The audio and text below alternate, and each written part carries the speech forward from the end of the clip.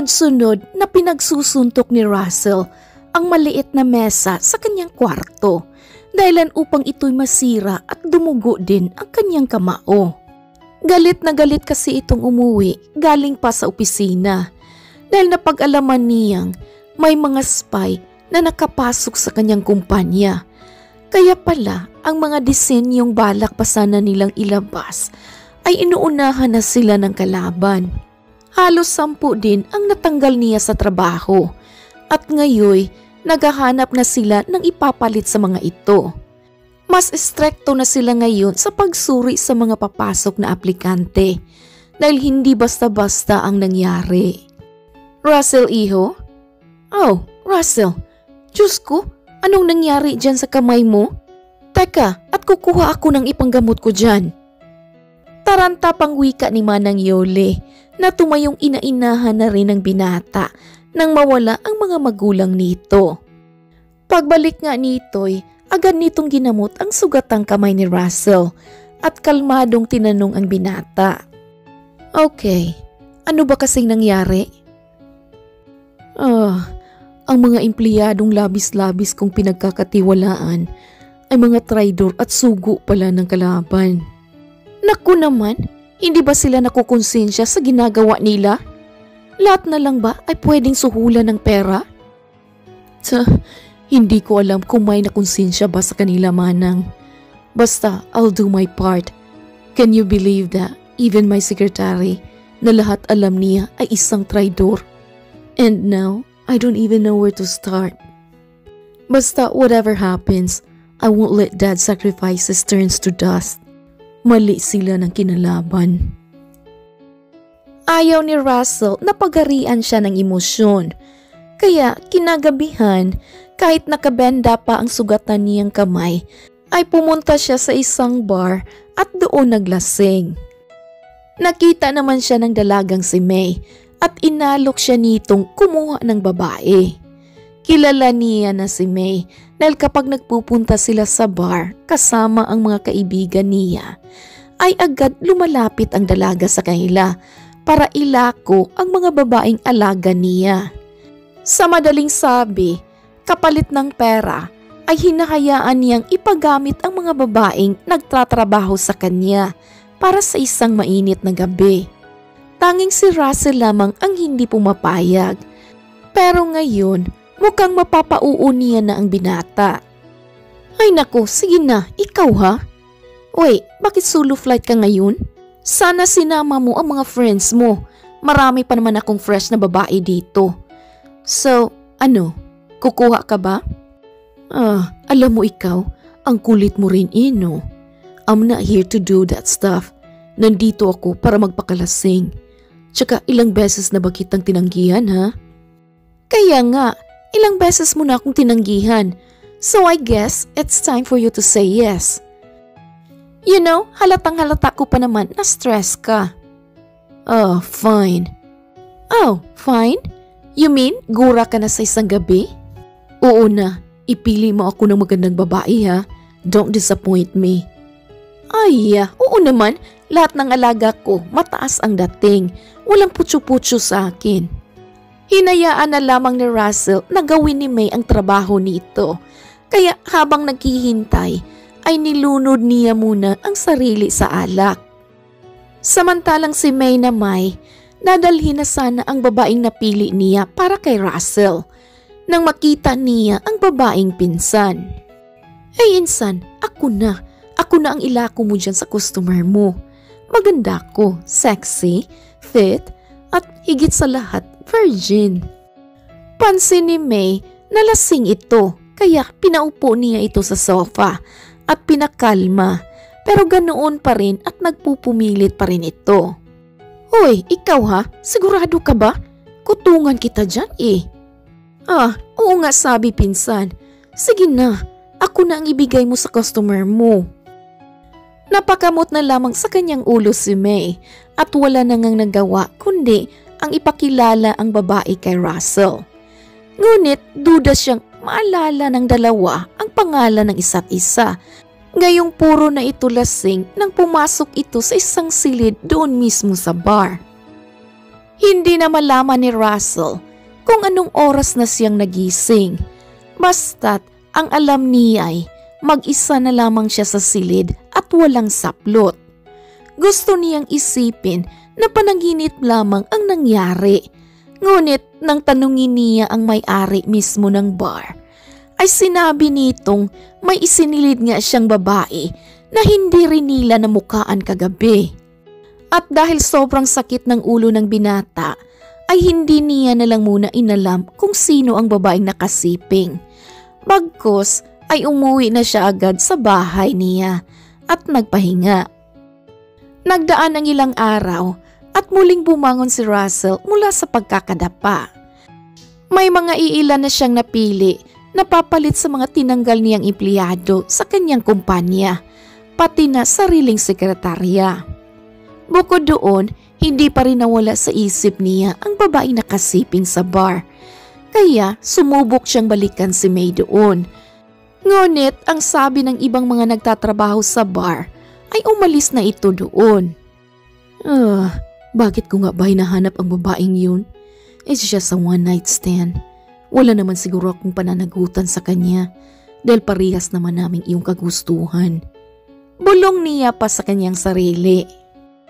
Pinili na lamang niyang kalimutan ang nangyari sa bar at sa babaeng nakasiping at nag-focus sa pagpapaayos ng kanyang kumpanya. Mabilis lumipas ang panahon at bumalik sa taas at dating amor ang kumpanya ni Russell. Masaya siya dahil tamang tao ang napili niyang ipalit sa mga ahas. At ngayoy tumindig pa rin sila ng tuwid makalipas ang 2 taon. Ngunit isang araw nga, nag-file ng resignation letter ang kanyang bagong sekretarya dahil magpapakasal na daw ito at plano ng manirahan sa ibang bansa. Wala namang nagawa ang binata kundi ang payagan at tanggapin ang pagre-resign nito. Mahirap man dahil babalik na naman siya sa uno sa paghahanap ng sekretarya, pero agad rin siyang nakahanap ng ipapalit dito. Sir, ito po ang schedule mo for today. Nakausap ko na rin po si Mr. Suvi para sa request mong i-reschedule ang meet-up ninyo dahil nakaschedule po kayong mamayang 3 p.m. kasama ang mga board members para sa isang urgent meeting.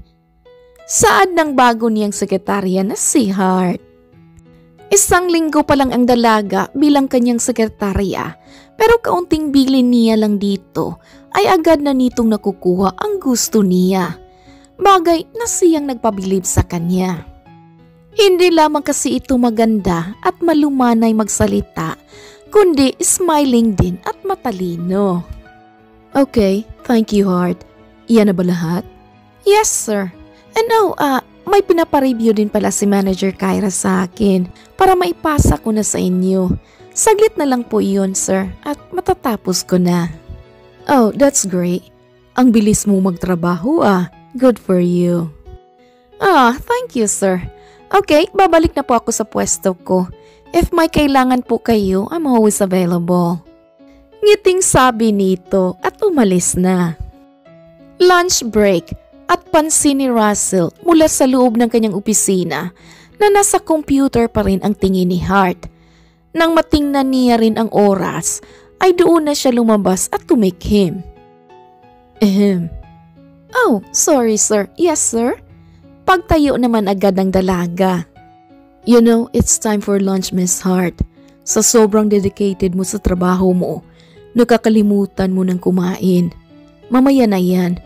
Makakahintay naman yan Ngunit ngumiti lang ang dalaga at ipinakita ang baon niya na may bawas na. Oh, what's that? Baon ko sir. Kanina pa po ako kumakain at exactly 12. Kumakain po ako while working. Kailangan ko po kasing tapusin ng maaga lagi ang work ko para wala pang 6 ay makaalis na ako. 7 p.m. kasi ang trabaho ng pinsan ko. Kaya kailangan before 7 ay nandoon ako. Wala kasing magbabantay sa anak ko Agad na panganga si Russell sa nalaman. Bigla naman siyang napatingin sa daliri ni Hart. At doon palang nakahinga nang makitang walang singsing na suot ang dalaga. Wait, may anak ka na? Oh yeah, yes sir. Hindi niyo po ba nakita sa information load ko? Nilagay ko po doon na may isa po akong anak. Oh, hindi ko napansin. Tsaka hindi halata. Binubulan niyo naman ako sir eh. Pero thank you. Husband? Boyfriend?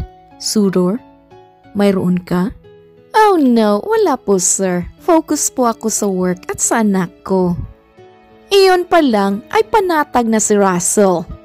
Inaamin niyang kahit sa larawan pa lang ni Hart ay nagandahan na siya dito. Siya pa naman ang tipo ng lalaki na hindi basta-bastang nagkakagusto sa isang babae. Pero kay Hart, posibleng-posible. Ginawa niya ang lahat para mapalapit sa dalaga. Mangyari ay kapag lunch break ay nilalakasan niya ang loob niya para yayain itong kumain.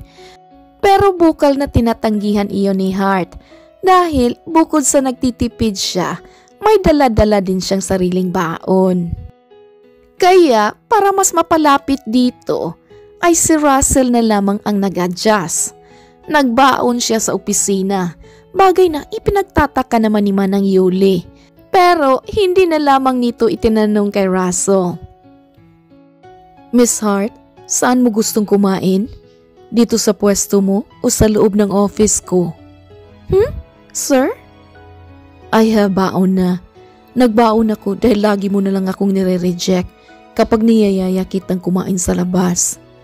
Oh, talaga sir? Kung ganon, mas okay po.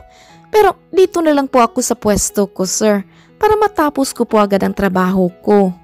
Okay din, dito tayo kakain sa pwesto mo. Biglang-bigla man si Hart pero sa kaloob-looban niya ay natatawa na lamang siya sa inasta ng amo. Mas lalo naman siyang natatawa ng pasikreto, lalo na kapag may nakakakita sa kanila at kulang na lang ay mahulog ang eyeballs ng mga ito sa kakatingin at gulat. Dahil nga sa simpleng galawan na iyon ay mas lalong napalapit ang dalawa sa isa't isa. Kung si Russell ay mas lumalalim ang pagkakagusto niya sa dalaga, si Hart na may ganoon din pero hindi niya lang pinapahalata dahil wala siyang planong pumasok muli sa isang relasyon. Sir? Hindi po ba kayo busy sa Sabado? Tanong pa ng dalaga sa amo nang pumasok siya sa opisina nito. I think so. Bakit? Yayayain mo ako makipag-date? Okay, pag-iisipan ko. Biro nito na siyang ikinatawa naman ni Hart. Ikaw talaga sir, hindi po. So, bakit nga? Iimbitahan ko po sana kita this Saturday dahil pabibinyagan ko na po finally ang anak ko and I want you to be there. Oh, wow, that's great. Magnininong na ako. Talaga sir? Sigurado po kayo? Of course, pupunta ako at magnininong ako. Saan church ba siya bibinyagan? Sinabi nga agad ni Hart ang lahat ng detalye sa binata. At sa mismong araw ng Sabado ay hindi pumalya si Russell sa pagpunta. Matapos ang binyag ay niyaya niya si Hart na sa kanya na makisabay kasama si Baby Jude para hindi masyadong mainitan ang bata sa pag-commute. Marami bang tao sa inyo ngayon? Oh no, kami-kami lang naman po sir at ang mga ninong at ninang. Hindi naman po bongga ang binyag. Sapat na iyong maging ganap siyang Kristiyano. Alright, that's great. Oh, dito na ba ang inyo? Is it okay? Dito ko ipapark ang kotse? Wala naman sigurong magtatangkang gasgasan ito dito, ano? Don't worry sir, safe na safe po ang kotse mo dito. Okay then, mauna na kayo at susunod na ako. Iyon naman agad ang ginawa nila at pumasok na. Pawis na pawis agad si Russell dahil bukod sa hindi siya sanay sa ganoong kasikip na bahay, ay marami ding bisita ang nagsisidatingan. Oh my, nagkakahiya. Sir, how about dito na po kayo sa kusina at walang tao? May electric fan din po. Teka, at ipapakuha ko sa pinsan ko. Pumwesto naman agad si Russell sa kusina At maya-maya lang ay may pumasok na babae, dala-dala ang electric fan na sinasabi ni Hart. "Good afternoon, sir. Ito na po ang..." Oh my! Hindi na nga iyon natuloy pa ng babaeng pinsan ni Hart nang magkatinginan sila ng binata. "May, is that you?" "Sir Russell, ikaw ang boss ni Hart?" "Yeah, ako nga. And you know what? Ang tagal na kitang hinahanap. Bakit ka biglang umalis sa bar? At bakit walang nakakilala sa May mong pangalan?" "Oh, Sandra, nilagay mo na ba ang electric?" "Oh, anong nangyayari dito?" "Sandra, ito nga pala ang boss ko, si Sir Russell. Sir, ito ang pinsan ko na laging nagbabantay kay Jude, si Sandra." "So, kaya pala walang nakakilala sa May? Dahil Sandra ang pangalan mo." Wait, paano mo nalaman ang May na work name niya noon si Russell? Magkakilala ba kayo?" Pinsan, ang mabuti pa, bantayan ko na muna si Jude ha, patutulugin ko. Pag-iwas pa ni May dito." "Oh no, don't go anywhere, May or Sandra. Now tell me, sino ang babae na kasiping ko noon?" Pilit naman nilang pinagkalma ang mga sarili. Saka doon na sinabi isa-isa ni May ang lahat. Na ang pinsan niya mismong si Hart ang nakasiping ni Russell. At ang bunga niyon ay si Baby Jude na 2 taon na rin. Oh no, I'm sorry. Hindi ko namukhaan kung sinong lalaki ang sinukuan ko ng sarili ko. Kasi nang kuhanin ako ni Sandra sa kwarto, lasing pa rin ako noon.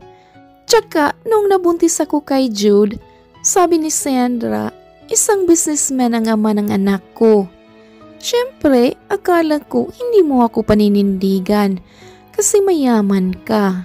At ako, nagawa ko lang naman yun dahil sa kalasingan na niluko ako ng nobyo ko eh. Pero hindi ko alam ang pangalan mo or even ask kung anong itsura mo. Simula din noong malaman ni Sandra ang kalagayan ko, tumigil na rin siya at umalis sa bar.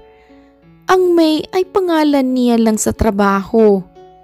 Mahabang salaysay naman ni Hart. Kaya pala kanina, hindi ko maintindihan kung bakit sobrang saya ng puso ko kapag nakatitig ako kay Jude. Iyon pala, he's mine. He's my son. Now it makes sense. It's funny kasi gusto kita. Kaya nga ako nagpapaka-funny sa iyo eh. Only to find out na ikaw pala ang hinahanap kong babae. What a small world. Or baka nga itinadhana talaga tayo. Doon na nga napangiti si Hart na ikinangiti na rin ni Russell. Simula ng araw na iyon ay mas lalong naging malinaw ang lahat na ang batang pinagninungan ni Russell ay sarili niya palang anak. So, ano na ba ang itatawag ni Jude sa akin? Daddy Ninong? Or Ninong na Daddy? Natatawa namang tanong ng binata sa ina ng kanyang anak. What? Well, pwede ding dalawa. Depende kung ano ang sasabihin mo sa kanya. Kwelang sagot naman din ni Hart dito. Pero ang mga tawa at mahihinang halakak mula sa labi ni Russell ay biglang nawala at napalitan ng seryosong aura. Tinitigan nito ang kabuuan ng maliit na mukha ni Hart saka hinawakan.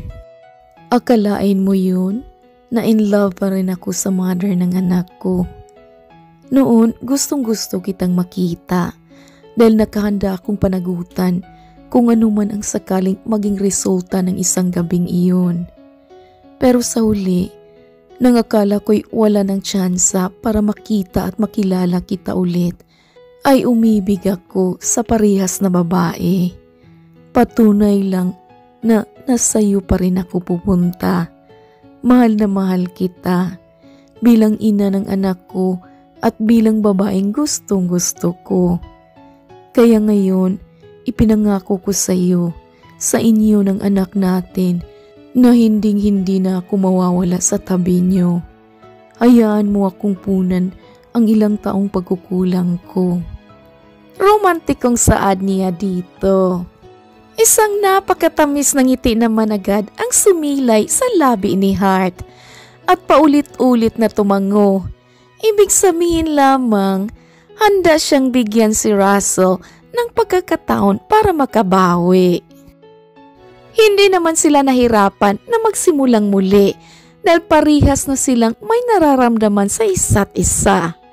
Bukod doon, sa saktong kaarawan din ni Baby Jude ay nag-propose na agad si Russell kay Hart. Well, ano pa ba ang patatagalin nila? May anak na sila at masaya sila sa isa't isa.